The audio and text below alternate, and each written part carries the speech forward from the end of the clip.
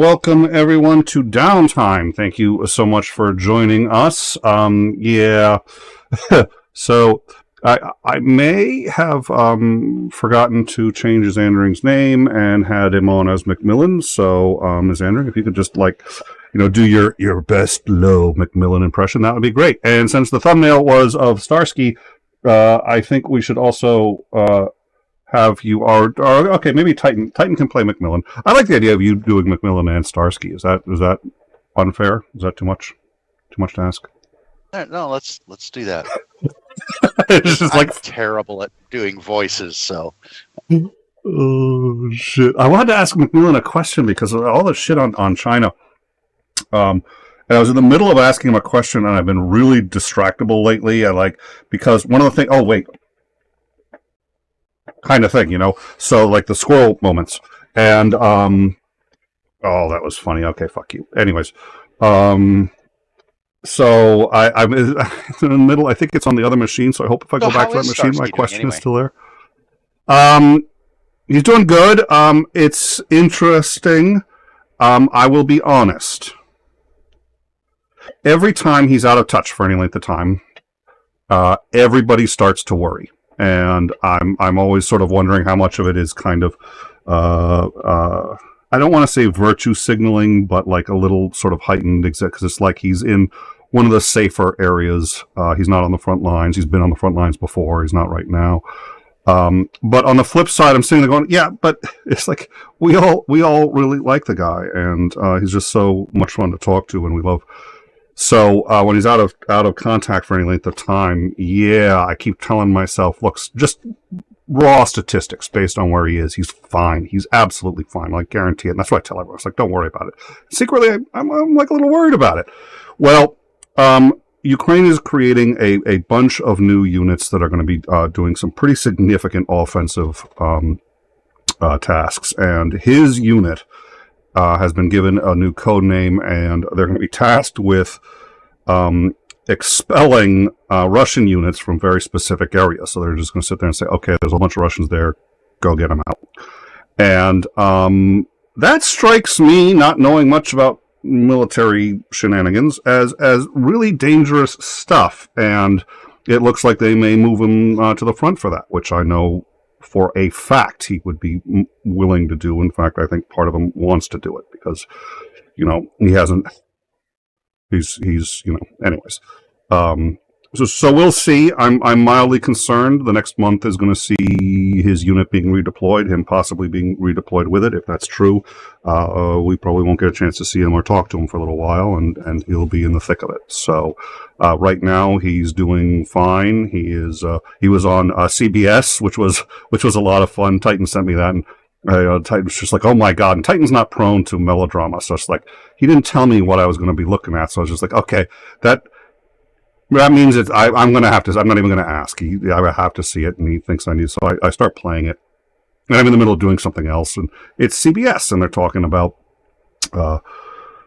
early in the war, and then they're going to talk to a soldier from about what had happened early in the war, and I'm not even paying attention. I'm just listening to it, and all of a sudden I recognize the voice. So it's just, oh, there he is. So, yeah. Anyways, that was the long answer. The short answer is he's fine. His Starlink is suffering difficulties, as are all of them over there. Right now, it looks like we'll only be able to connect with him on audio for the near future. That has a reduced bandwidth. So that's what we're going to do, and we're going to be seeing him on Friday. Sweet. Yeah. 𝗦𝗍𝐺, it appears that 𝗲𝗲𝗍 has apparently made a claim in the live chat. The claim is humans. He makes fucking claims. His claim. That's not a claim. That's barely a statement. That's a noun. He's made a noun. He's given us a noun. He's made a noun. Thanks. It's a lot to work with. Okay, well, see his noun and raise him an adverb. Well, no, he needs a verb. Like humans are would be a start. In order to make a noun is not a statement. I'm just saying. This stuff triggers me. Nick can make a short story. Okay, and didn't 𝗏𝗏𝗄 say that the only reason they were here was to hear the audio follow-ups? Our mods are not doing proper moderation. I'm just saying. My own live chat's giving me a hard time. What else is new? Well, they say that the mods of a channel take their lead from the head of the channel. Yeah, they do. That's the problem, because it turns out it's not me. It's Mr. Hard Time himself, Titan. Don't know how that happened. I sit there and I go to Titan. I was like, "Are people aware that I run the channel and not you?" And he goes, "Yes, Nick. They're aware. Don't worry about it. Why don't you take a nap? We'll talk about what's going to be on your next show." Yeah. Actually, he sent me something. We suck at the sentence game. Although I think we had an entire day of conversation where we spoke in nothing but dangling participles. We did. Oh, yeah. Was it dangling participles? No, it was. Yes. No, it wasn't dangling participles. It was. We ended every sentence with a preposition. Oh, that's what it was. Every sentence was ended with a preposition. Oh, let's not start it. You're not supposed to do. Yeah, let's not. I was about to just go right down that rabbit hole again. Let's not do that. You and I spent we had an hour and a half long conversation. How fucking geeky and nerdy are we? We had an hour and a half conversation, and every sentence back and forth ended in a preposition. Although I have to admit that half the sentences actually sounded normal. Yeah, maybe a bit odd, but I mean, you wouldn't think immediately that was grammatically incorrect. No, well, no, and I mean, you're not supposed to, but we sounded very Shakespearean. It was great. It was just like there was a lot of it. That was participles are something never to end a sentence with. It was or not participles. Now you got me. It was dear Lord. Okay, my brain's not working. Anyways, it's prepositions. Yeah. So okay. Titan did send me something. All joking aside, that is I think we need to discuss. Obviously, for everybody watching, so tomorrow we're going to have a show on the COVID stuff. Nobody gave a shit about it. Nobody was talking about what was the source of COVID. Then the Department of Energy decided, things are unusually quiet this minute. Let's say something rash. And came out and said, we were thinking about it, and we think that COVID may have come from a lab in China, which we've heard before, and there's a whole history to that, and it was basically put to bed by the U.S. intelligence services, as far as my understanding of it. And that was bad enough, and that was just like, okay. And then the head of the FBI said, what I'm going to do? I want to make a statement on this, and just to make sure that I'm heard perfectly clearly, I'm going to make the statement on Fox fucking News. That did not go well. So we're going to have Homozygote on to discuss that tomorrow. That's a whole can of worms, but I think it's an important discussion. Also to be discussed, why now? Why is this happening now? Is it just a coincidence? Is the U.S. trying to find ways to put pressure on China? We had the balloon thing. We've got them now meddling just going headfirst into Ukraine, which is what I want to ask Macmillan about when I get a moment, because I'm not convinced that actually they're not preparing to screw Russia over badly. I think their deal that they proposed actually was a big FU to Russia. We're going to discuss all that. So we got McCrane. Wow. I may not be safe to stream tonight. We've got Macmillan. Quick, everybody record this. Who knows what's going to come out next? It's nobody ever records YouTube, right? I mean, this is live, and then it just goes out into the ether. And that was my understanding. So we're believing that. Yeah, low confidence info, highly suspect. If it's low confidence, why the hell did they release it? 18 of the 20 18 of the 20 departments in the United States government that are associated with the intelligence community have come out and said that there was no way that this came. They're utterly convinced there was no way this came from a lab at any point. And two of them said, we just don't know either way.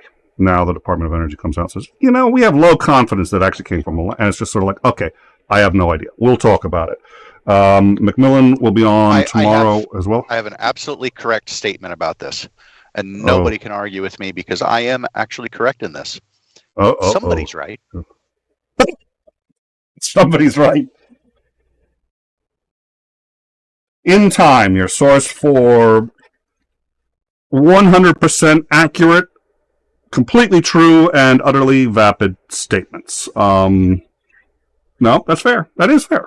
Actually, I like it. I'm gonna do that's like a legal thing. I'm gonna do that from now on. Well, either way, somebody's right. So yeah, that's it. Tomorrow somewhere is correct. Somebody somewhere is correct, presumably, unless we're solipsists, in which case it's all me and I'm never right about anything. All right. So let's see. And with your permission, now you and I were going to chat about this, but I think we're going to bring in, if it's cool with you, bring in 𝗦𝗍𝐸. We haven't had him in for a while, and I think he's up for joining us, if that's cool with you. We have a few. He said he was wondering where his link was, and I told him that his link was fighting Ganon and to leave him alone. But well, he should know the link because it doesn't change ever. It's the same link, but I will hit him up on Discord and send that to him.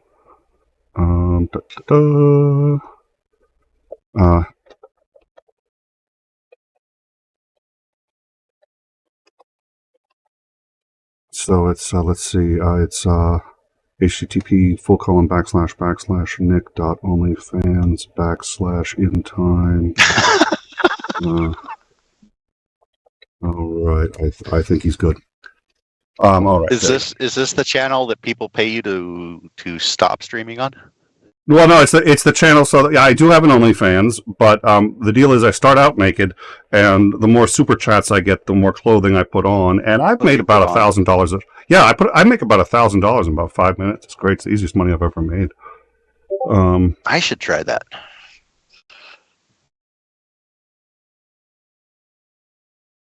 All right, hold on. I got to make lots of money for that. Now he can't get into the room. I want to know what Teams has been doing to mine. Now, is he just what Teams do behind closed doors? None of our business. Teams has really, so our team, Microsoft just altered, I don't know what they did to our Teams account, but all right, I probably can't get him in on the other, so dear Lord, let me double check and make sure I gave him the right link. And people are giving you a bunch of shit for being late, and it's like, well, have you seen the things that Teams have done and how long it took me to get in the damn room? I know. Oh, and they locked you out because, and it's like they wouldn't even let you come in as a guest because apparently if I don't pay $4 a month, it's a long, yeah. So, yeah, I think that's correct. I think, give it a try on a browser or a computer, all right, perfect. Thank you. So we're going to give him a chance to do it. I actually think that this might not be Teams' fault. We'll give it a shot. So the thing I want to discuss, and we'll wait for Maya to come in, is Florida is about to eliminate the Democratic Party. I think that's worth discussing, and I mean eliminate it. They are going to legislate it out of existence, and I that's the proposal. But I see the proposal passing, and they're serious about it. So we'll get into that. I also want to talk to McMillan, so what we're going to be doing tomorrow, we're going to talk to McMillan in particular about, I think, China. China's about to do something. I don't know what, but there he is. China's going to do something, and I want to try to figure out what it may be, and we have with us one, Christopher 𝗦𝗍𝐸. Thank you for joining us. You are muted. There you also, are. Kansas. Remember earlier I was trying to find that tweet?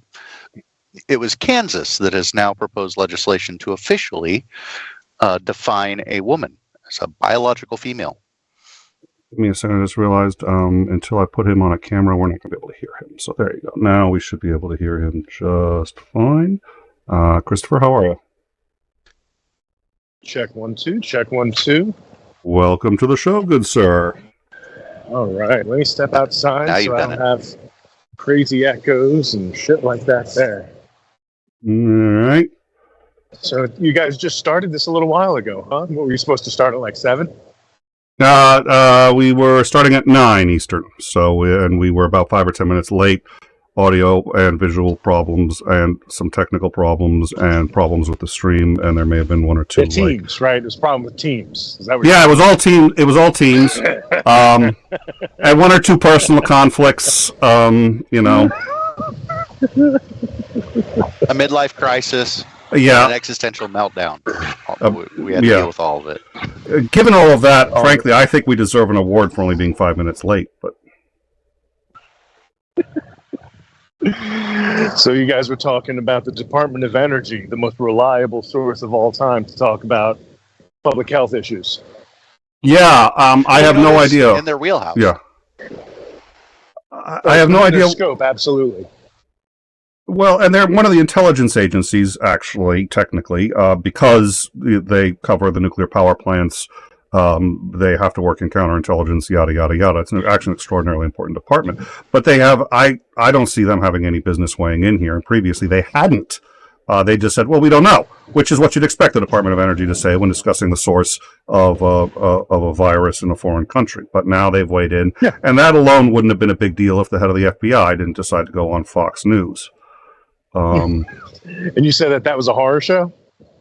Well, he went on, and at first his basic statement was something along the lines of, we believe there's a possibility that the virus could have originated from. I mean, he had two hedges in there, two very big hedges. Yeah. And it's just like, and then basically Fox News came out and said exactly what you would expect them to say when they have the head of the FBI of a Democratic president of Democratic administration, which is they said, the FBI has confirmed that it definitely came from, and boom, Fox ran with it. Right. They played a couple of clips in context reasonably, but not many clips in context, and all of the commentators just ignored the clips that were played and said, he said this is what happened. It's like, that's actually not what he said. He still shouldn't have said what he said. There was a whole bunch of problems with that, but that notwithstanding, if you're interested in accurate communication and something that could potentially damage a Democratic administration, why you would go to Fox News is beyond me, unless, of course, the whole thing was planned. Oh, and since let's get that pretty face up there. Let me. Oh, and the camera doesn't want to open. Oh, of course not. Yes, get yourself all cooled up. Yeah, he's looking good. We're gonna have to. Oh yeah, I like that. Pop that color. It's too bad nobody else can see this. All right. Well, we'll get that. There you go. And playing the role of Mars today is, I should maybe change that name, but all right. Oh, you know why nobody else can see this? This is why. That is supposed to be holding that's supposed to be holding the fireplace, and I did not put a camera in there for a guest. So let me. I might be on fire, but I am not fireplace. No, sir. So let us. He's way more handsome than my ugly mug. Stick him up there. Oh, and he look well. Well, I can have you both. Isandring. I'm tell you.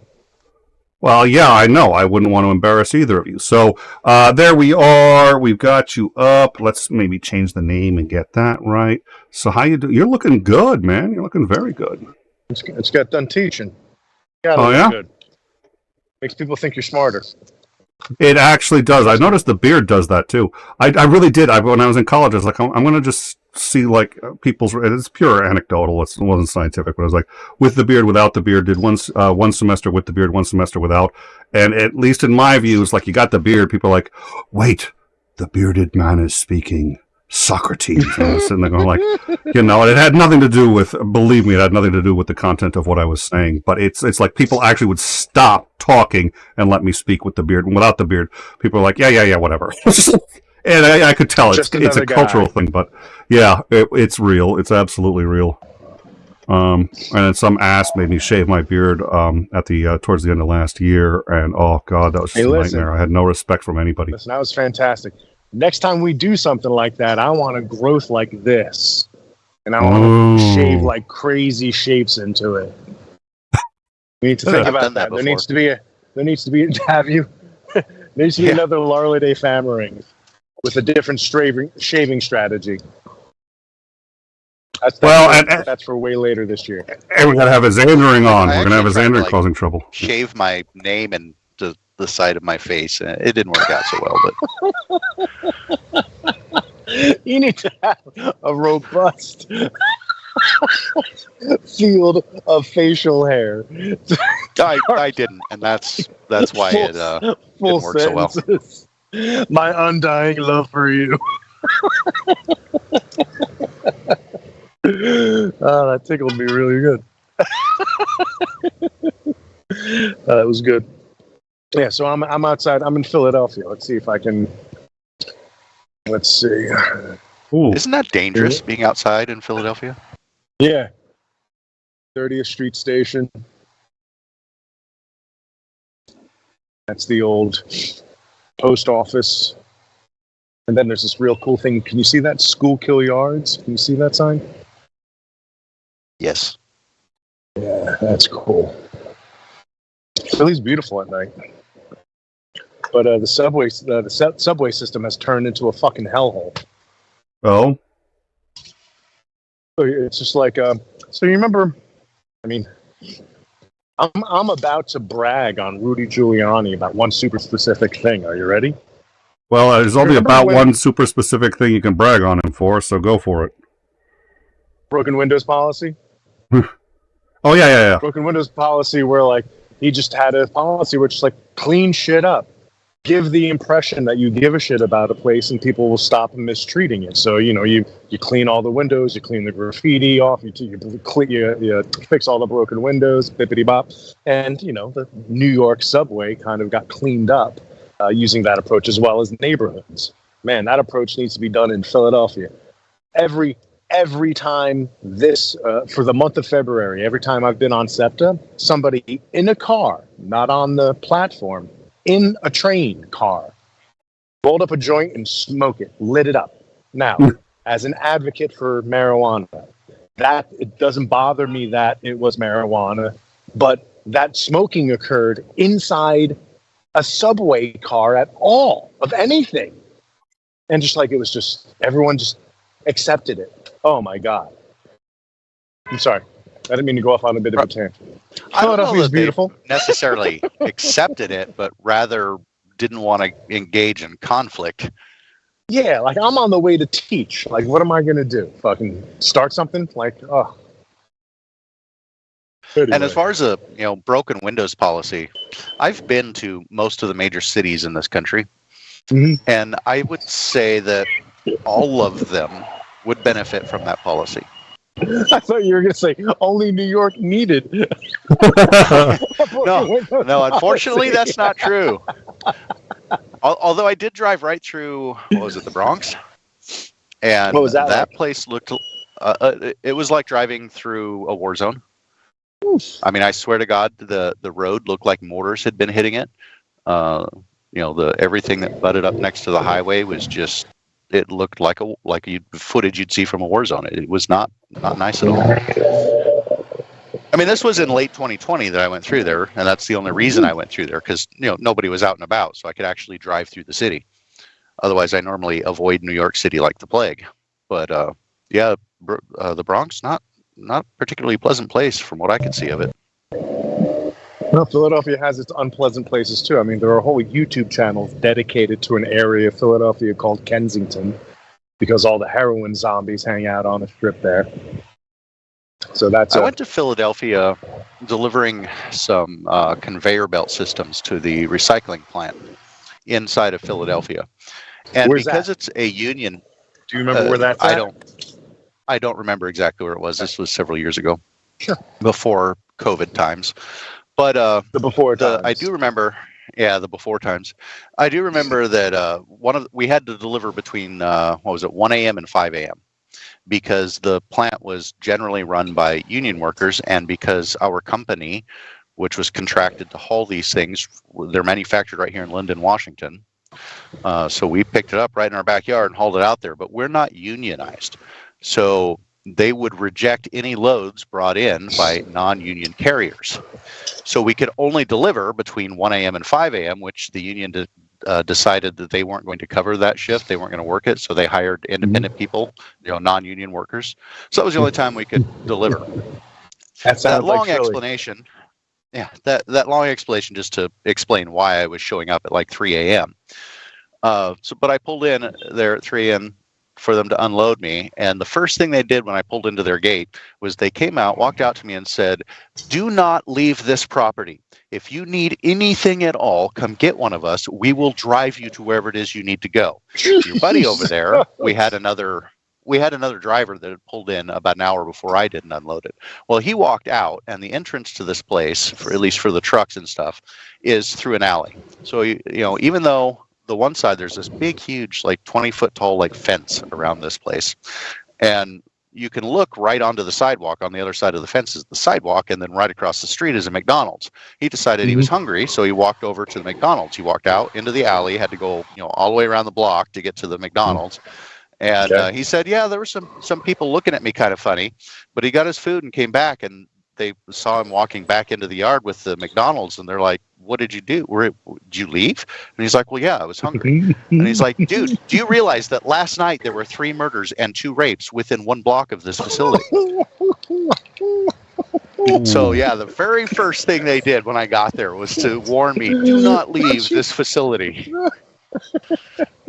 Oh my God! And one of those murders and one of those rapes happened in that McDonald's. Yeah. And the other guy was like, "Well, yeah, everybody was kind of looking at me funny." And the weird thing is I didn't feel unsafe there. I mean, I was in a big gated facility, but looking around, I didn't feel unsafe. There's only been one place in this country that I have felt unsafe, and that was in Washington, D.C. Washington, D.C. I locked myself out of my truck in this neighborhood, and the people there were not happy to see me wandering around asking for people for a coat hanger so I could break back into my truck. They were not happy at all. And it was broad daylight. It was like 2 p.m. And there were everybody just making comments, not directly to me, but just like talking into the air, about how I shouldn't be there. And there was one person who was very, very helpful. And, he went around, he actually drove out to an ex-girlfriend's house to get me a hanger so I could break into my truck. And it only takes like 2 seconds if you have a coat hanger to break into a 97 International 9700. It's really, really easy to do, but I didn't have a coat hanger, and that makes it really difficult. Finally broke back into my truck, drove like a block away to where the church where I was delivering siding to a church. They were doing a church renovation. And so I parked in a kind of an abandoned lot right there for the night, and then walked over to the convenience store, which of course is completely barred up. And there's a whole slew of people like sitting on concrete short walls and stuff looking at me, and half of them are just laughing. And at the absurdity. Yeah, they're laughing at the absurdity of some country white kid walking up the street. And this is evening now. It's like 6 in the evening.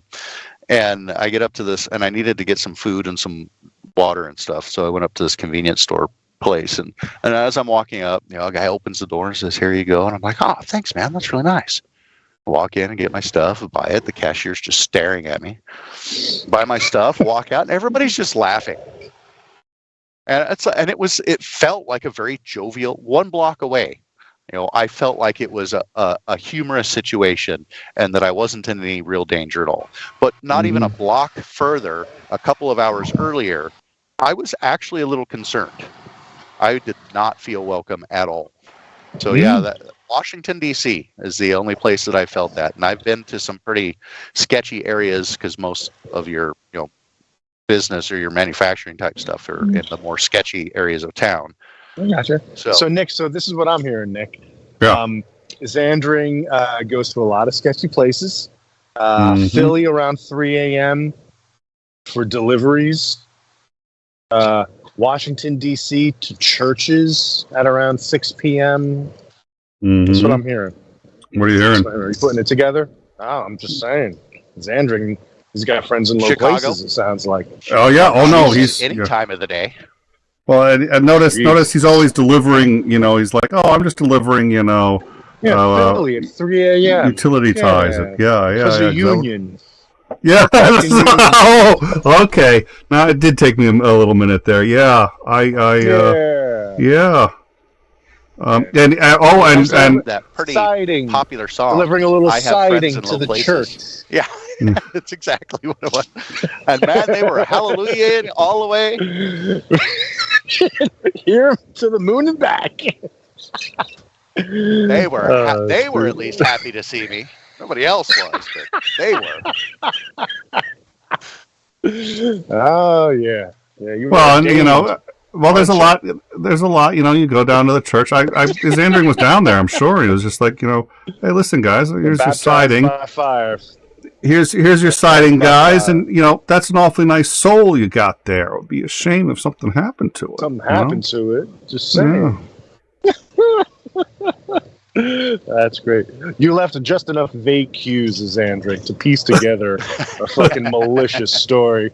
You being the fucking drug dealing interstate fucking drug dealer. You laugh at that. You laugh at that. I go into Canada a lot, and I've chatted with some of the poor people up there. You go into Canada a lot. Mexico too. Yeah, I do. Let me guess. It starts in Mexico and goes to Canada. I do not go into Mexico. But I do go into Canada, and those guys down there are too hardcore, man. I'm telling you, I intermediaries all the way. I go to the brokers and I pick the load up after it's come across the U.S. border, and then I pick it up and take it to Canada. But there was stories of some of the drug busts that they've done through commercial vehicles. Like one person had a truck very similar to mine, same make and model. And if you go into the sleeper, which is behind where you drive, this living quarters, in my truck there's a step down, and it's, I don't know, maybe 8 inches, a step down into the sleeper. And they had leveled that off and made a false floor so it was level with the front of the truck. And under that was packed with cocaine. And they busted that at the border, at the Sumas border crossing right here, one of the largest busts they've ever done. And it was all because somebody in there was familiar enough with trucks to realize that Kenworth sleepers all have that step down into the sleeper berth. And this one didn't. So they're like, that's a false floor. So yeah, they found several $1 million worth of cocaine in it. During Prohibition, there was a town. Then I had to buy a new. Then I had to buy a new truck. But I mean, anyway. During Prohibition, there was a town right on the border, and it turned out that the town didn't have a fire department, didn't have a hospital, anything like that. So they got the services from across the border in Canada, and during Prohibition, somebody went to the fire department and said, "Listen, if we call you guys, do you think when you come, you could bring some stuff?" I was like, "Sure, no problem." So the way they bootlegged alcohol was just if they figured, okay, we're out of alcohol, somebody just pulled the fire alarm. The fire trucks all come loaded with fucking beer, whiskey, the whole 9 yards. They don't get inspected when they come across the border. They just fly across the border, come to this town, they unload it. Like, oh, but bad call. Sorry, they go off. I think we're doing this with ambulances. They just pull the whole. We have a 12 alarm campfire down here. Could you just I'm hearing the Ohio Players song "Fire" as like the soundtrack to this fire truck carrying like cases of liquor. Well, they've been busted. Yeah, doing something like that every now and then with more modern equivalents. But anyways, I'm sorry. What was that, Isandring? Oh, I'm just thinking, wow, I'm having a bad day. I think I want a drink. Let's go pull the fire alarm. We just gotta go pull this. That's ridiculous. But I've actually been shocked at the kinds of things. Truckers have to be tempted to be doing like drug carries. That has to be a cottage industry in the trucking world. Possibly, except that you've got to be really careful because, like I would think of course, here I go with my whole narco mind. If I were running drugs, I probably wouldn't want to put them in semis. I would want them in private vehicles. Wait. Hold on. Let me get my pad. I'm going to write this down. Continue. Okay. Yeah. Okay. Because police have to have a reason to pull over a car. private vehicle. They need zero reason to pull over a semi. Commercial vehicles are subject to inspection at any time for any reason or no reason at all. So it's like I don't think I'd want cargo like that being, just, and the fact that we do get inspected a lot. So yeah, I don't know. I'm constantly surprised at the things. Yeah, I'm constantly surprised. No, I'm sure that there's probably. But like water, these fucking idiots, I'm sure, try anything. Yeah, well, obviously they do because the number of drugs that have been caught in commercial vehicles going north are pretty interesting. I got stopped and they had to inspect my load. When you pour concrete highways, they have these little. They're tubes. They're cylindrical. They're, I know, maybe 3 or 4 inches across. They got a wire little basket on one end, so they stick up off the ground. And what it is they put it in between the seams that they put into the concrete. When they pour concrete, they pour seams in. So if it cracks, it'll crack along a seam. Well, they found that when that happens, if the road settles or shifts or anything like that, these sections will crack at the seams, and then they may tilt. So these things are set down. And then when they pour, and they go between all of the seams, so that one half of the cylinder is on one side, one half's on the other. So it's like pegs, like joining pegs in carpentry. So that when it cracks along that seam, which it's supposed to do, that's why the cracks are there, is so that if it cracks, the road cracks, it cracks in these seams instead of just across the whole highway. But they tend to tilt, so they put these dowels in, these metal dowels, to keep these sections of highway from tilting, so they remain relatively level as you're driving across them.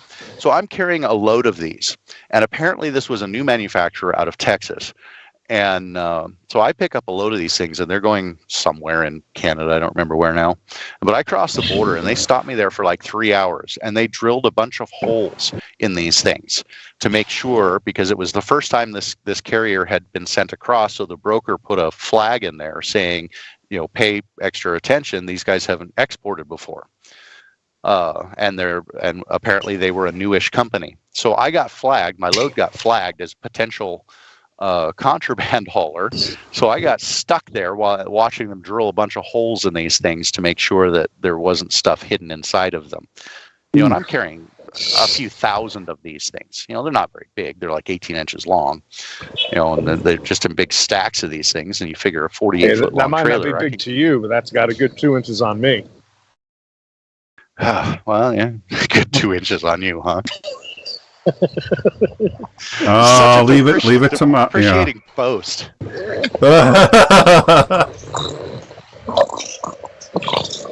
Well, Isandring, we were having a classy stream, and then 𝗏𝗏𝗏 shows up. Yeah, we were talking about drugs and drug running and all of the things. I got stopped for a blown tire at a scale, which sucked. I didn't see the tire had started coming apart. The scale noticed, and they politely informed me along with my ticket. But yeah, I asked. Isandring, what's like the craziest thing? For the rest of the show, while 𝗏𝗏𝗏 is here, can we avoid phrases like loan, load, and a couple of the other choice phrases that you've been... Okay. Every time you refer to your fucking shit as load, it's one of my favorite things to hear. Wasn't it an explosive load? Oh, no, it was not explosive. Actually, tell me all about your load. Yes, it was. That load was... Actually, it was. Oh, God. Yeah, I did have an explosive load. All right, hold on. I'm Tesla. What I'm going to do is I'm muting. Nick picked up on that. I'm muting 𝗏𝗏𝗏, so I'm just going to. I'm closing the shield. Bye, 𝗏𝗏𝗏. See you later. That's hauling a Tesla battery. I hate it when I hit the wrong button. 85,000-pound Tesla battery. So yeah, the guy that came out and talked to me, he was kind of interested in them, and he's like, "Yeah, I'm kind of interested in these things because they tend to blow up and catch on fire." And he was not happy that they were being transported, but at least not that big. And it doesn't take a normal amount of water to put them out. No, you can't really put them out, especially not one this big. I said 85,000-pound battery. Are we discussing? I just want to know, are we discussing how much water it takes to put out Isandring's load? Is that literally the topic of conversation right now? No, Yes. but since you brought it up.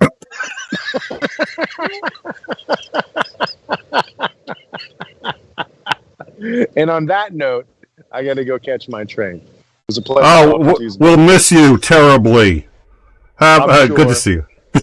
Good to see you, Chris. Goodbye, I'll save the everybody. rest of my load stories. Everybody in the chat, take care of Nick. Be easy on him. Oh, he's sweet. All right. Well, good to see you, Chris. Thank you so much for coming. I'm still getting used to the new system here. I got to stop. Yeah.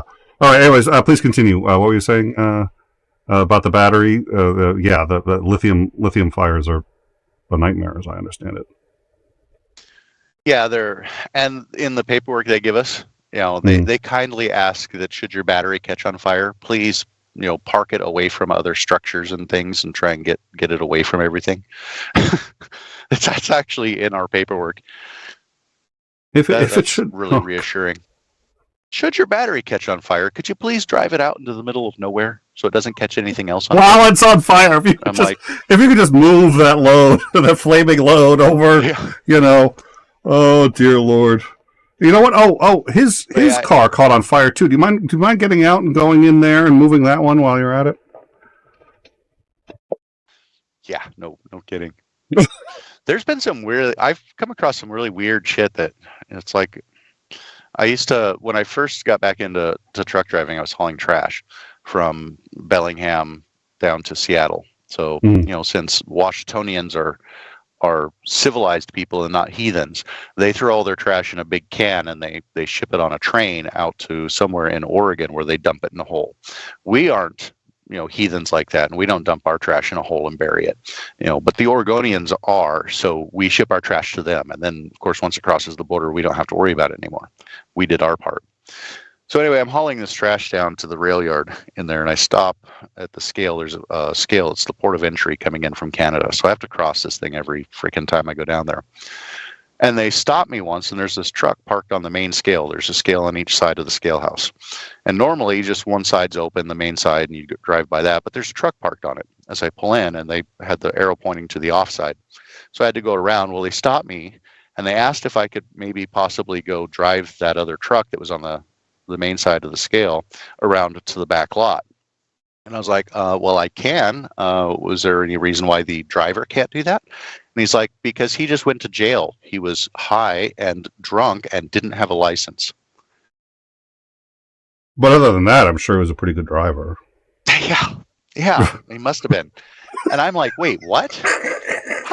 How does somebody think they can get away with that? I mean, they know the scales are there, or at least they should. There's plenty of apps that show you exactly where all of the fixed scales are in the country. And yet you're just going to blithely drive across one with no license and drunk out of your mind? I mean, they suspected that he was high on something, but they knew that they did the breathalyzer test, and he was like 0.1 on the breathalyzer Jesus. test. So they hauled him off to jail and left his truck right there. And then they decided that maybe it wouldn't be a good idea to have they knew me fairly well because, like I said, I went across the scale twice every night for 6 nights a week for a year. So, hauling heavy stuff in these containers. So I got to visit them a lot whenever there was a problem with a scale or something, and I ended up being overweight or just any number of things. So I got to know the people in there, and we had this little rivalry because we were all prior military, only they were Army and Marines, and I was Navy. So we had this little friendly rivalry going on. But then I guess they decided that, in the eyes of like the court system, I'm just some other random driver, and I probably shouldn't be getting in a truck that might be used as evidence and driving it. Jesus, so they thought better of it, and I didn't actually move the truck. But I'd like to point out that in most shows, so in this show, we've had a considerable amount of sexual innuendo, talk of drugs, alcohol, robbery, murder, a few other things. And we haven't been demonetized yet. But if I quote the former president, like just about anything he's ever said in the last 8 years, we're demonetized like that. It is more dangerous to quote Trump if you're on YouTube, it's more dangerous to quote Trump than anything else we've been saying. That's where we get the demonetization strike, so on and so forth. But talking about flaming loads crossing the board, you really want to get it. I mean, if you're really worried about this show making it through monetized, I can get my AR and I can take the magazine in and out of it a couple of times, and I can put the on and off of the gun a couple of times on camera, and let's not do that. Get deleted. Yeah, let's please not do that. Thank you. They're not kind to. It doesn't matter whether it's legal or not, and you're fully aware of my views on guns, but I also believe that they're legal. So if they're legal, what that means is, believe it or not, and this is a technical term, it means that they're legal.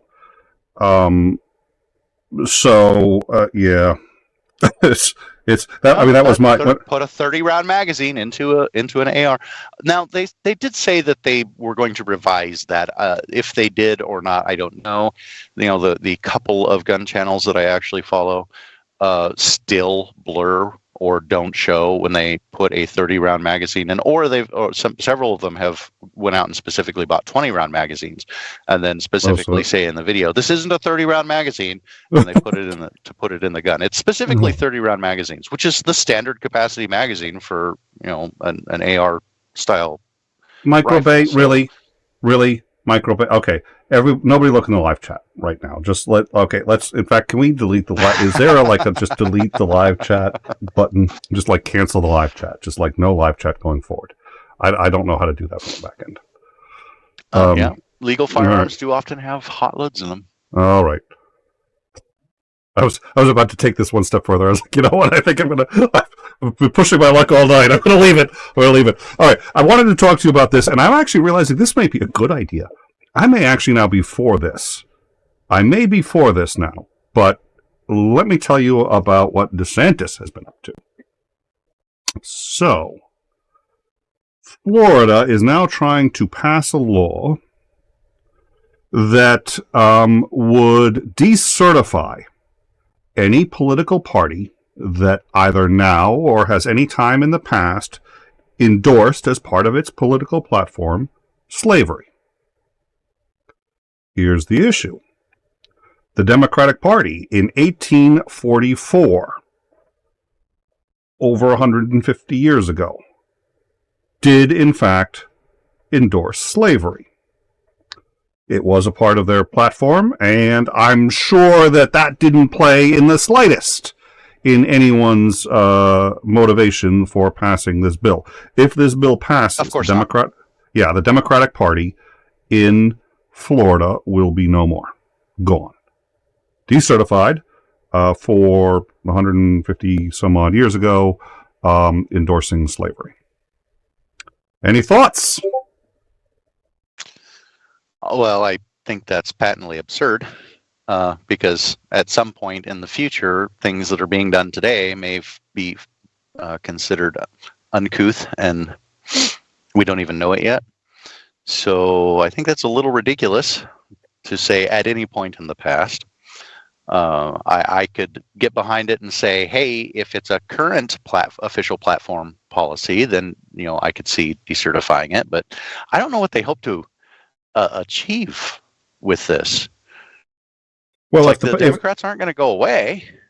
No, they're not. But the problem is, if you're not certified as a political party, that means you're no longer on the ballot. You can get on the ballot as an independent party. That's a huge, long process. It's doable. And for an already existing party, they can muster the manpower, but it's one more thing they have to do. When you're a recognized party, you are automatically on the ballot every single year. You don't have to get the 50,000 votes. You don't have to pass it. You're just on the ballot, and then you're on the ballot for every subsequent vote. You're on the ballot for midterm votes. You're always on the ballot. This removes them from the ballot. This means every time there's a vote, they have to get back on the ballot again. They have to go through the entire process. And I have a sneaking suspicion that that process is about to be made a lot harder in order to protect the integrity of the vote. They're off the ballot is what that means.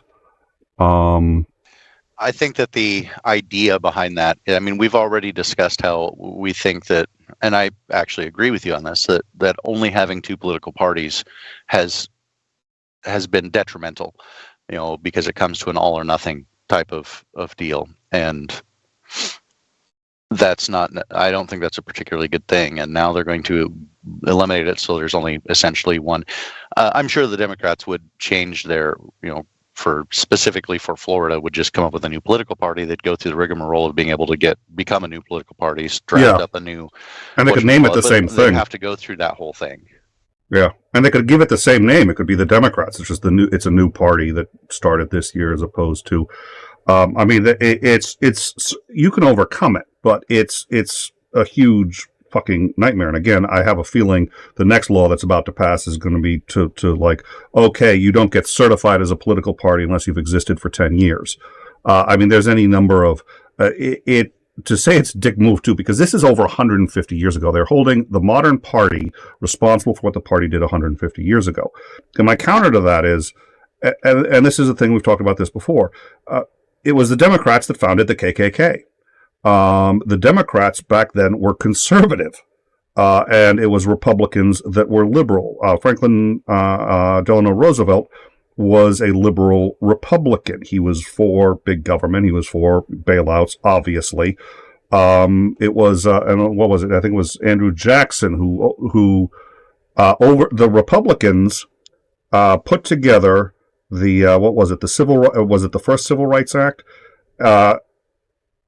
which would grant this? I think this was the one that was, or was it the one ending slavery? I think it was the one ending slavery, and it was Andrew Jackson who vetoed it. And then it was the Republicans. It was the radical Republicans, like Sumner, who was from Massachusetts, who ended up overriding that veto. The Democratic position at the time was that this was a states' rights issue. So if a state wanted to have it, they could. If they didn't want to, they didn't have to. That doesn't sound like a modern liberal position. The parties have changed dramatically. Yeah. So I endorse this, actually. I think if they're going to do that, they should. But I think we should do it at a national level. And I think we should also do it to any state that has endorsed slavery. So I think every state that has ever endorsed slavery officially should be dissolved. Oh, wait a minute. Wait. Slavery was a part of the Florida Constitution in 1844. Well, look at that. What do you know? Well, I think if Florida ever had slavery as part of its constitution, maybe Florida shouldn't be a state anymore. That's my take on it. Kind of makes me wonder, like, how it's like you're going to dissolve an entire political party, one that's nationally recognized and has been for a very long time. It's like, how is that even at the state party? And then you're like, well, maybe we should extend this to any states that held slaves as well, officially sanctioned slavery. And I'm like, well, that's actually several states. And what do they become if you dissolve, like, let's say Florida? Dissolve the state of Florida. It's not a state anymore. So what is it? There's still a bunch of people there. It's an occupied territory.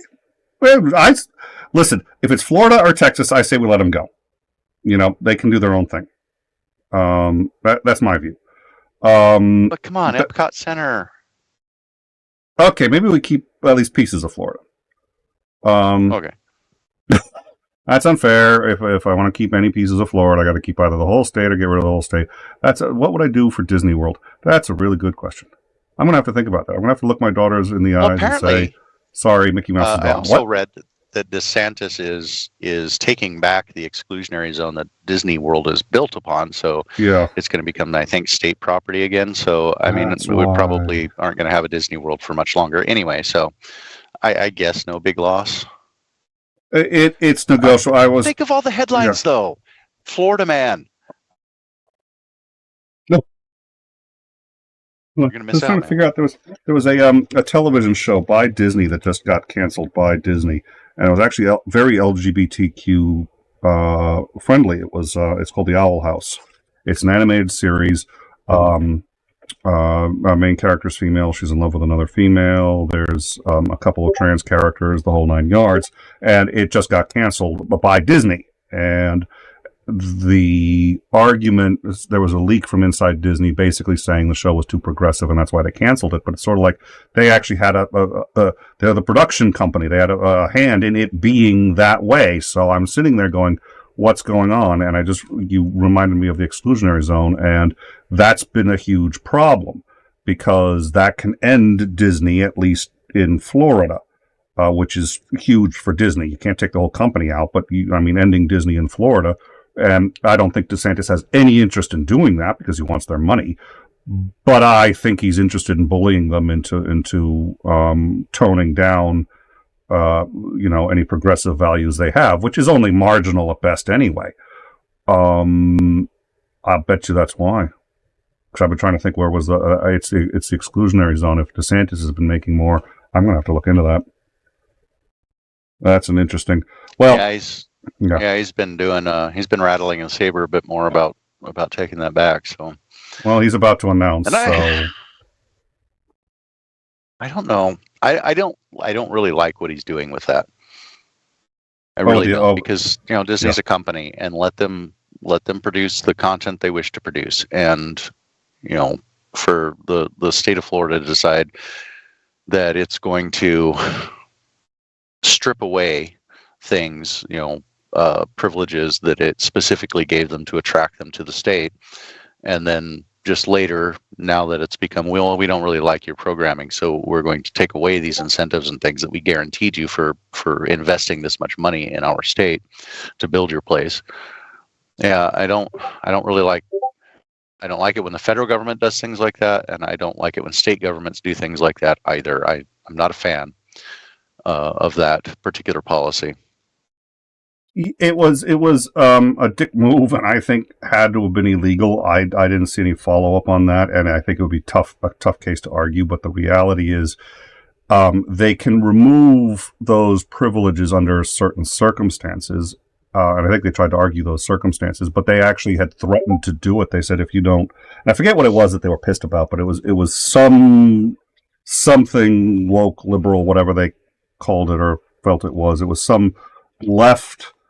Do you remember what it was that caused them? Yeah, Disney stepped into the political ring over the Don't Say Gay bill, the so-called Don't Say Gay bill. I mean, that's not really what the bill said, but anyway, that's what they kept calling it. And Disney came out publicly criticizing DeSantis for proposing this bill, and so they kind of stepped into the political arena, and because they did so, DeSantis decided they were fair game to go after politically. So that's what started the whole thing. I've forgotten. Thank you. Yeah. So, well, and they had basically said that I think they had said if Disney didn't keep their mouth shut, they were going to do this. And, then Disney said something, and it's sort of like, it's political retaliation on a company and a private contract that they had done with that company. That was. Oh. The Crimean Bridge is down now? What? Yeah, Crimea Kerch Bridge is down. Well. Somebody in the live chat. All right. Well, let's see. So that bridge, we covered it the last time it went down.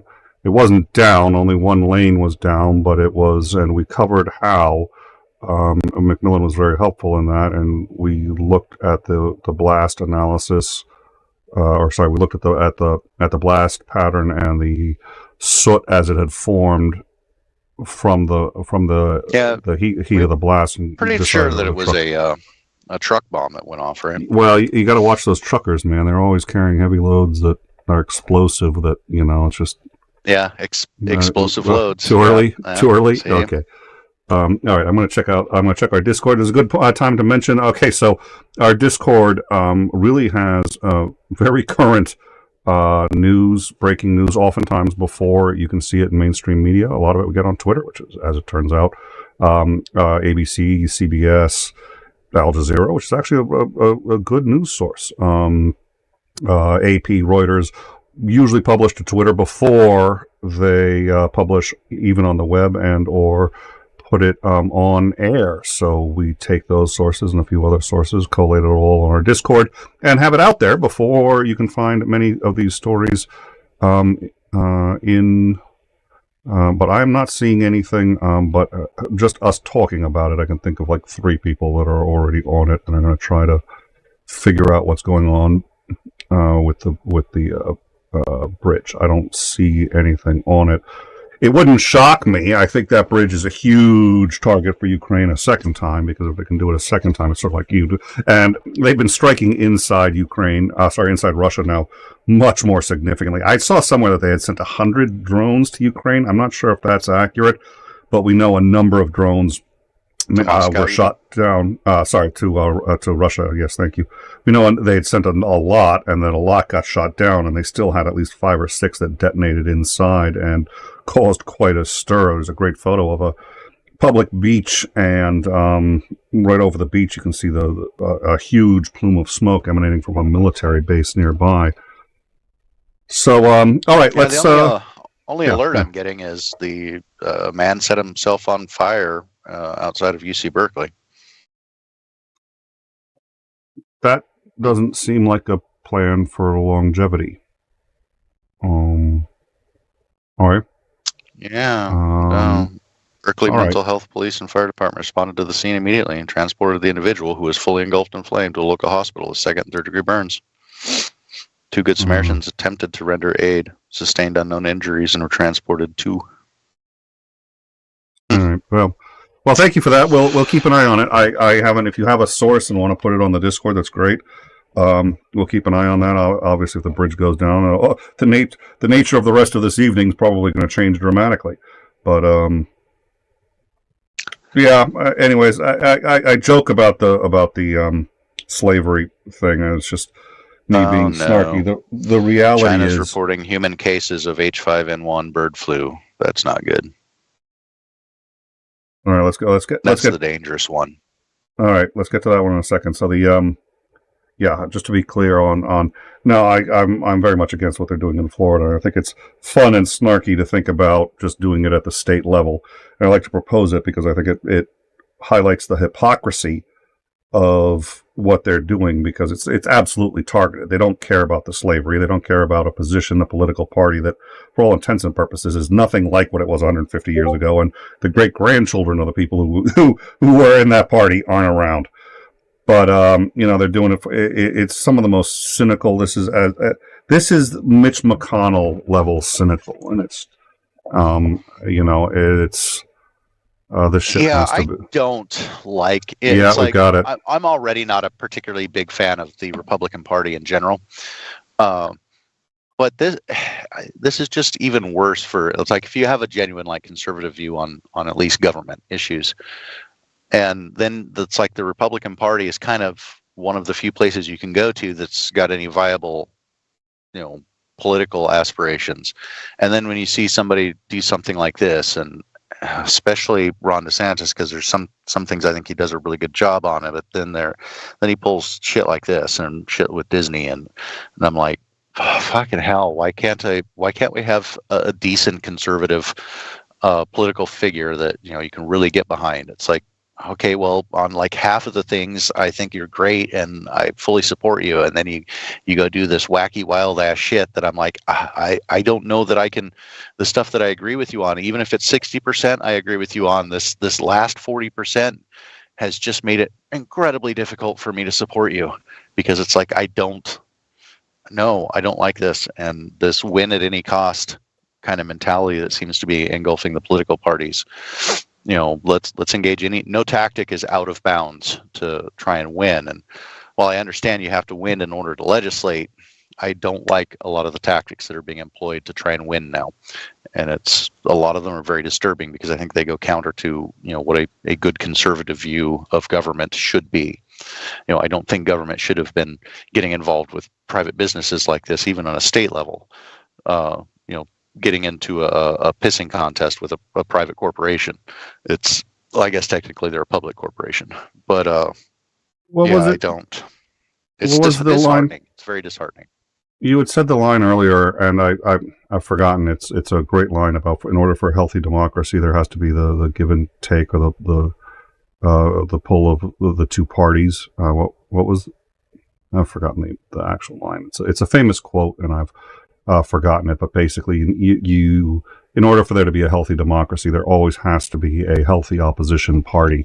And it's a little sad and surprising that the conservatives the Republicans, who've often considered themselves the keepers of what is true American and democratic principles, are sitting there fighting against that very principle, which is you need a healthy and robust opposition party, because neither party is perfect, period, end of discussion, and the entire country is better when all right, we've got this.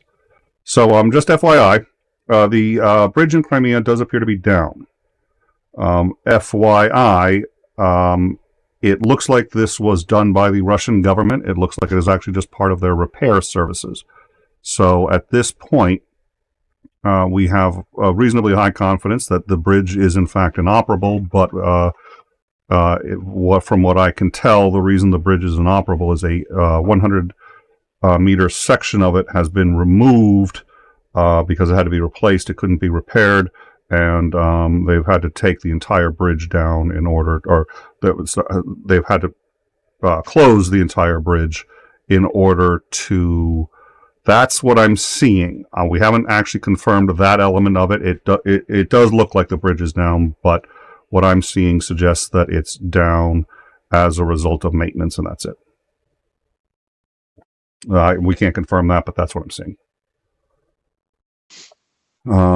Yeah, I'm still not really seeing much of anything other than the new report of H5N1 bird flu.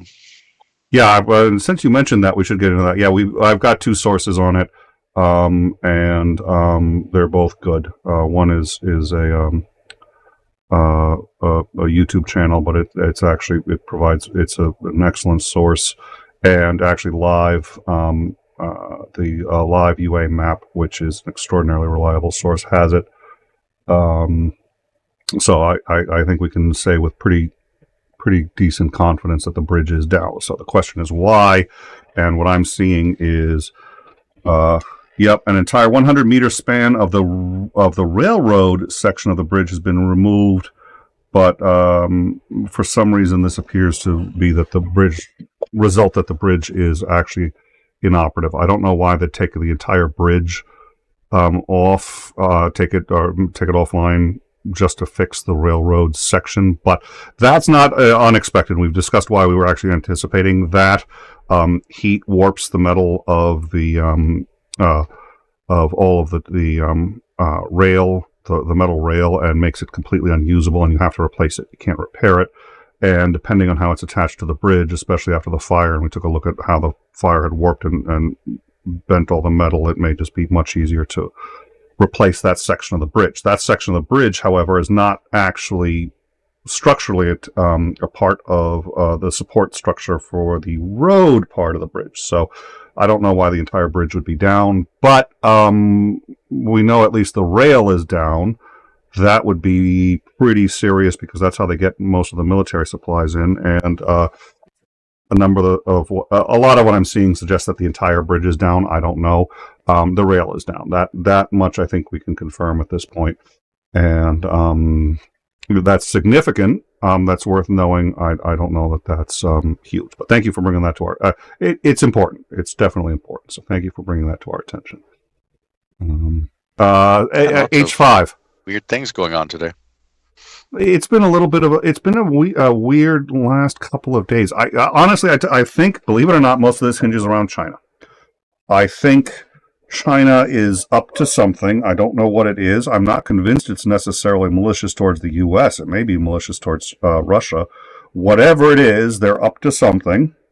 They're definitely playing gamesmanship with the U.S. on some level. The U.S. is definitely doing it with them. And why, I don't know. What their next move is, I don't know. But the peace proposal that they put for Ukraine, in my view, was a big FU to Russia, actually. I don't think there's any way Ukraine could abide by it. Ukraine can't do it. It would be the end of Ukraine if they did it.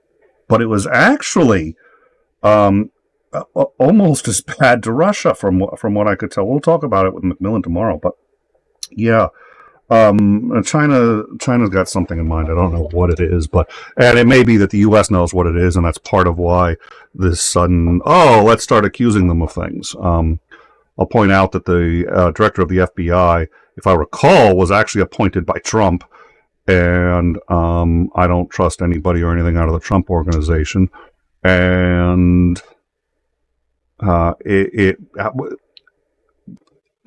something's going on, and I hate it when I feel like I'm on the cusp of understanding it, but don't quite have enough information yet.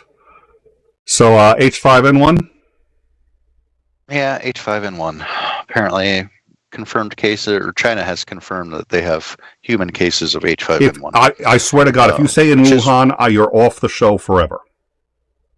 It can be in anywhere in China except Wuhan.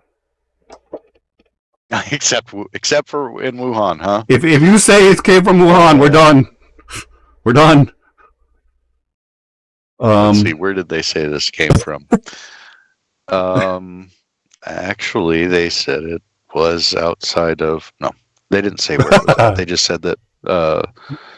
They said that China confirmed human cases of H5N1, which is one of the. I think there's a couple of strains of bird flu. And H5N1 is one of the more dangerous ones. So, how many cases? Well, I mean, however many they say, multiply that by 100, and that's probably closer to the actual number. But that's not tongue-in-cheek. That's just that's a rough guesstimate of what would probably be. Let's actually see what they say here. Just Eastern China has tested positive for H5N1 strain of avian influenza. Worries experts. Just comes a week or two after people in Cambodia were infected with a similar variant. 53-year-old woman from the Jiangsu province in eastern China. Jiangsu. Developed symptoms on January 31st after exposure to poultry. Other things have not been... other details have not been released. Last week, an 11-year-old girl in Cambodia died from H5N1. Yeah, I got to tell you, we're adding a lot to Homozygotes play for tomorrow. Homozygotes, it's going to be a full play tomorrow. Oh, apparently this is the new variant of H5N1, which emerged in 2021.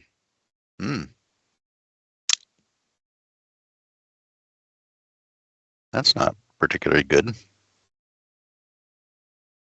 Oh, and apparently H5N1 has spread to the avian population around the world, which is also very concerning. That is actually very concerning, yes. Yeah. Yeah, so because it spread so much around to essentially all around the world to all areas of avian populations, the fact that it's now jumping to humans is concerning, quote unquote, concerning. Well, sometimes these things incubate and evolve faster in other animals. Titan would know this better than I, but as I recall, I think it was the latest COVID variant is thought possibly to have come, I think it was from mice, where mice were infected from humans, and then it developed faster and evolved faster in mice, and then they gave it back to humans, if I recall correctly. So as a vector for incubation, other species can sometimes be far better than human beings, and but that notwithstanding, when you infect I mean, poultry is obviously a food source, so yeah, and of course, this is the World Health Organization for Animal Health. Whoa, not who, but whoa. Whoa! The current for a second, whoa! I'm sorry. I thought you had seen something else. I thought you were like, "Whoa!" Oh, like, no, what? No. And then World Organization for Animal Health. Whoa! This was almost a nightmare scene from Who's on First, but I think we cleared that up. All right. The current situation highlights the risk that H5N1 avian influenza may become better adapted to mammals and spill over to humans and other animals, the agency said on February 13th. Some animals, such as mink, may act as mixing vessels for different influenza viruses, leading to the emergence of new strains and subtypes that could be more harmful to animals and or humans.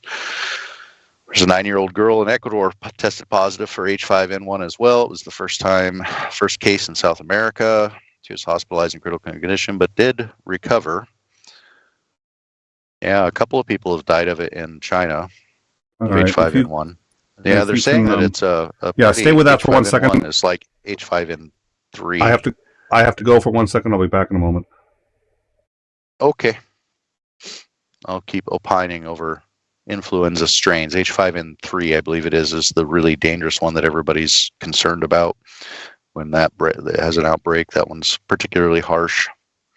So this H5N1's a fairly new strain, or a new strain of H5N1. And I actually looked up what the H5 and the N1 all means, different strains. You have like H3N2, which is fairly benign. I mean, it's still influenza, but one of the least scary versions of it. So there's several different versions, and I can't remember what they actually. All right, H1N1. I have to head out again in a second. This one's H5N1. So I got disconnected from the live chat. Frankly, it's not that I got disconnected. I was just like reading the live chat, and I was like, okay, you know what? Oops, I disconnected from the live chat. So let me. I think somebody had put into the. Is that really? Yes, it is. Okay. I know somebody put a link in there, and they're showing some video, so I would like to catch up with that. We're still getting mixed reports. The only thing credible that I've seen is that the rail is down on the Crimean Bridge, as they've taken out a 100-meter segment of it. Anything else, I have no ability to verify at this point. So I think it's worth knowing. I'd like to stay on it, because if something has happened, I'd like to go live with it. But at this moment, I don't think we have anything. I'm curious to know about the spread of the. We'll ask 𝐂𝐚𝐥𝐿 about it tomorrow. I don't want to speculate too much about it. Yeah, because there's been a couple of cases from January. I guess it was first seen or categorized or whatever it is in 2021. So this is a new variant that's not been seen before, according to this article. But it is an H5N1, which has been seen before. But this is a new strain of it. So, right. Yeah, that'd be interesting to ask 𝗂𝐚𝐥𝐿 about, see if that's on his radar or anything. It just starts getting a little concerning when you get into the more dangerous strains of influenza. Yeah, because it's like we just went through 3.5 years of pandemic going around. It's like we don't need to, on top of everything. It's like not only do we have COVID still running around and still infecting people, and people are still getting sick with it, but now we're going to throw on top of that a particularly concerning strain of influenza on top of that. Man, it would really suck to get both of those at the same time, because they are different viruses, so you could get them both. Yep, absolutely. Well, so what I think we should do is, I really don't want to speculate on this, because we don't know how much of it there's out there. We don't know how transmissible it is. We get outbreaks. We actually get outbreaks of bizarre stuff all the time, and then the outbreaks don't go anywhere. So without talking to 𝗂𝐚𝐥𝐿, or at least somebody who is an expert, I don't want to spitball on this one, because I think there's a very real possibility that it's something that we should look into. And I think there's also a very real possibility it's absolutely nothing. And I do not have the skill set to determine which. So I don't want to opine until. And the other thing is, and I think this is really important to note, if we can talk about how this could be a really big deal, and then tell people, we'll let you know tomorrow when you come watch 𝗂𝐚𝐥𝐿 on the In Time show, tell you whether you're going to live or die. That's how most news organizations do it, and I really want to. So listen, there may or may not be a killer thing happening somewhere on planet Earth, or not. Join us tomorrow, 5 p.m. Eastern, when we have 𝗲𝗲𝐷 on to either tell you whether or not anything really dangerous or bad is happening, or at least tell you that you can come on Friday to find out if anything bad is happening. Please don't forget to super chat, send us money, and give us your advertising dollars. Yeah. I will say it appears to be very low numbers of these things being reported. So, yeah, and it seems to crop up. It doesn't seem to be spreading. So, and I'm being very ignorant of this. I remember at one point asking 𝗲𝗲𝐷 about one of them. I was like, "Oh my God, we've seen it here, here, and here." And he's like, "Yeah, the problem is the transmissibility rates. It's dead. It's not going anywhere. That's you see it here. But if it appeared in one place, can it appear everywhere?" Well, it's not. I guess maybe it's not a new strain, but there's a strain of essentially Ebola. It's very similar. It's related to Ebola, but it's a lot more transmissible, and it does kind of the same things. It causes hemorrhagic fever and stuff.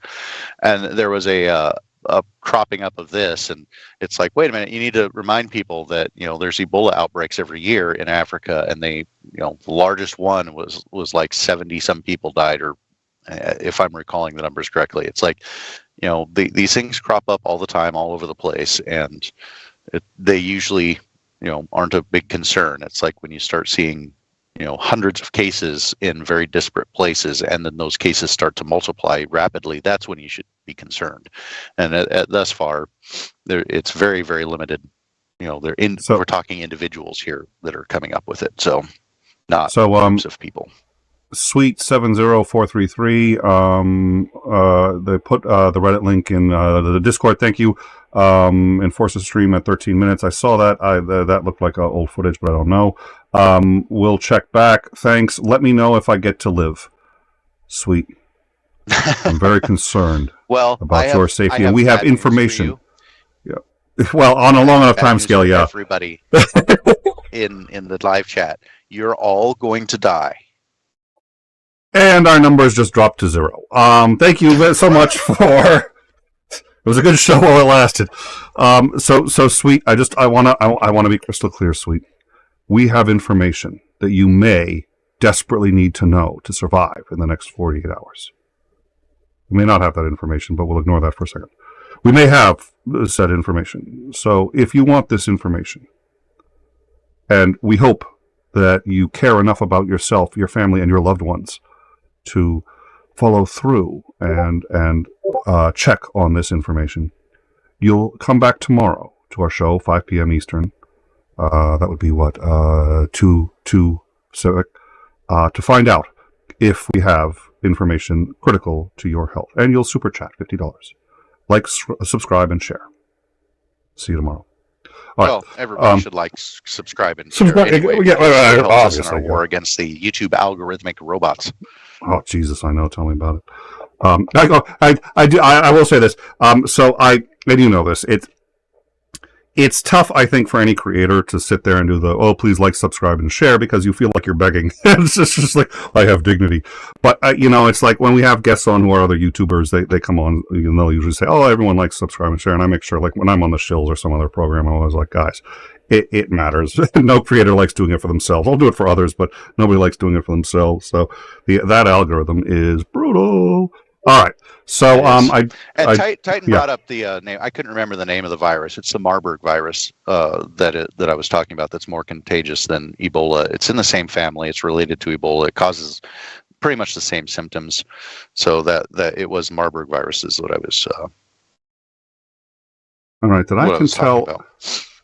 I've been sent now a couple of different sources on the Ukraine bridge, and it shows footage. I cannot distinguish between the footage Wait. We have no idea if the footage is current or not, right?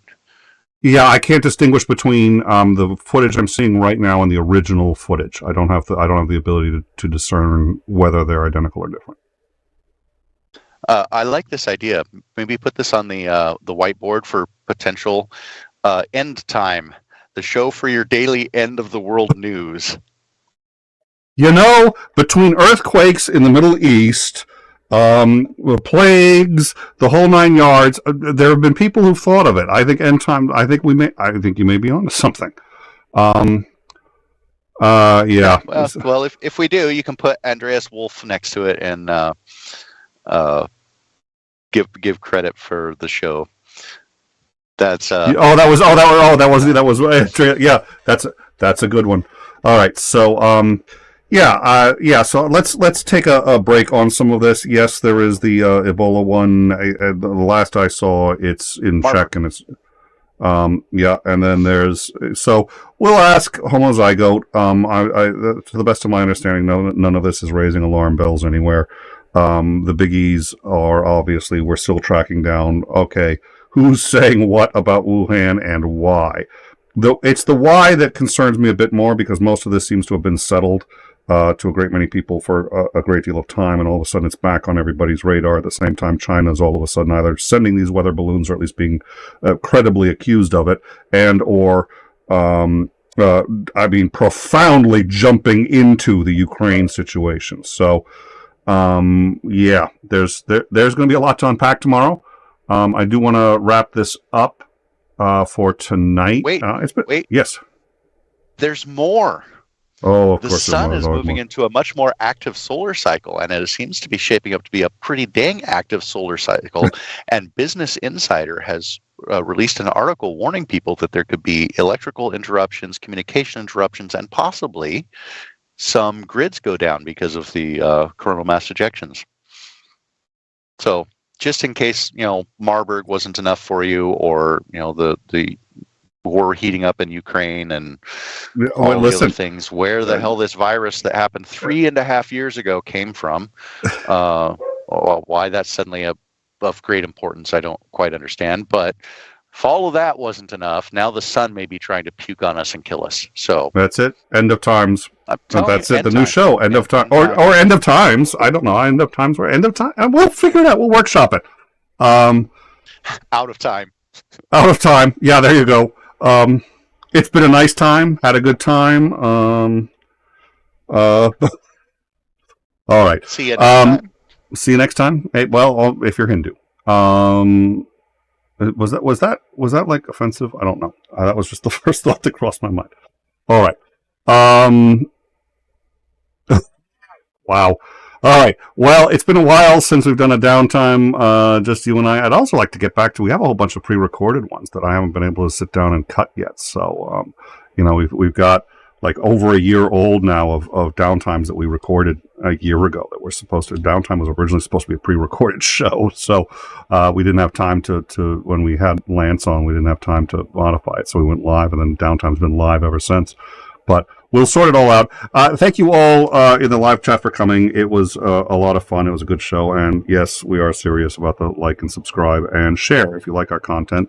This show or any of our other shows, either on Overtime or In Time. And, you think a friend would enjoy it too, send it to them. Hopefully they get content they like. And it really does help us out. It's a great way to help us out. The algorithm is a real thing in the YouTube community, and we all are slaves to it. So...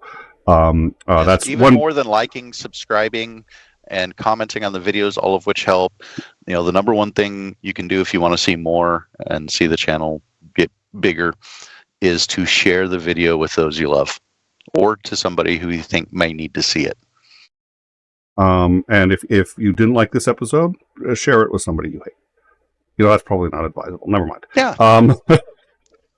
No. Well, I don't care if they share it with somebody they like or somebody they dislike, as long as they share it. The algorithm doesn't care. All right. So, so thank you all for joining us. Like, subscribe, and Isandring's right. Sharing is actually the single best thing you can do, but that thumbs up is free, and it really does help us. Also, come in and join us on the Discord. We'll be following all of the things that we've been talking about. Commander Macmillan is also on the Discord. He's great about answering questions. I'll be on the Discord. Isandring is on the Discord as well. So come on in, say hi to any of us, and or just chat or see what it is that we've been working on. Look forward to seeing you guys tomorrow. So tomorrow it will be Isandring and I will be hosting 𝗲𝗲𝗪. That actually won't be on this channel. That won't be on Overtime. That will be on In Time, which is our sister brother channel, the main channel. If you don't know how to get there, there should be a link in the description, but I'm suspecting there isn't. So you can get that either on our Discord. Actually, no, and it's also one of the, it's in the scroll of affiliated channels, so you'll find that right there on the right. So, in time tomorrow, Isandring and I will be speaking with 𝐓𝐢𝐬𝐷. He is I don't think he's got his PhD yet, but he's a PhD candidate, and this is very much his area of expertise. He's been following it, so we're going to talk about COVID. We'll probably bring up the H5N1 and a few other things. That will all be tomorrow at 5 p.m. Eastern, tomorrow at 9:30 p.m. Eastern on this channel. We will have our discussion with Commander Lance McMillan. He'll be back. It's a downtime. It'll be nice and chill, but I am going to ask him a few questions that have been festering for a little while about some of this that's going on. And then Friday, 1 p.m. Eastern on both channels, because it's that big, we're going to have Starsky back on. He will be reporting live from Ukraine, and he will be telling us what's going on there, what he's seeing, and how Maya dropped the link. Thank you very much, Maya. Appreciate it. He'll be letting everybody know what's going on, and we'll be asking him questions. In particular, I think we're going to have a very interesting discussion about China's recent proposals. I think he's going to have an opinion on those, just a little bit. So thank you all for joining us. Isandring, any final thoughts? I don't want to devolve into another existential threat. So no. No. Okay. Well, thank you very much, Isandring. It's been a good show. Thank you to Christopher Mowdy for coming in. Thank you to the mods for handling the live chat as well. You always do, and it makes it a lot easier for me to deal with the constant screw-ups and technical issues and snafus that our producer is doing. So thank you all very much, and look forward to seeing you all tomorrow. Have a good night.